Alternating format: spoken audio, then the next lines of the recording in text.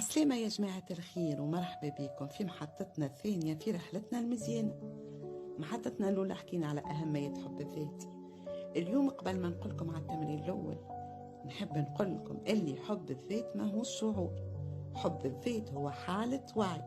نزيدك سيدنا علي ابن أبي طالب قال: كل متوقع آت فتوقع ما تتمنى، وهذا يأكد اللي أفكارنا تجذب أقدارنا. هذاك عليه لازمنا نبداو بالتوكيدات الإيجابية باش نعوضوا بها الأفكار السلبية والمعتقدات الخاطئة اللي خليناهم على رواحنا وتسجلوا من الطفولة في عقلنا الباطني. التوكيدات هي عبارة على شنو؟ عبارة على جمل إيجابية تكون في صيغة الحاضر وتكون مختصرة ومحددة. مثلا أنا عندي ثقة في روحي، ولا أنا نحب روحي ونحترمها، وما تكونش في صيغة النفي. مثلا لازم تقول أنا نحب نربح، مش أنا ما نحبش نخسر. وهكا بالتكرار المستمر تتسجل في العقل الباطني وتولي معتقدات. أما لازم تكون مأمن بقيمتها وصدقها باش تشوف نتيجتها.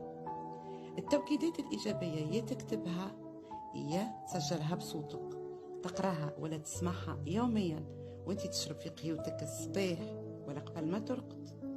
هيا نقولكم نحبكم برشا، وملتقانا المحطة الجاية في رحلتنا المزيانة. حب روحك واغزر روحك بعينة كبيرة على خاطر انتي الأولى.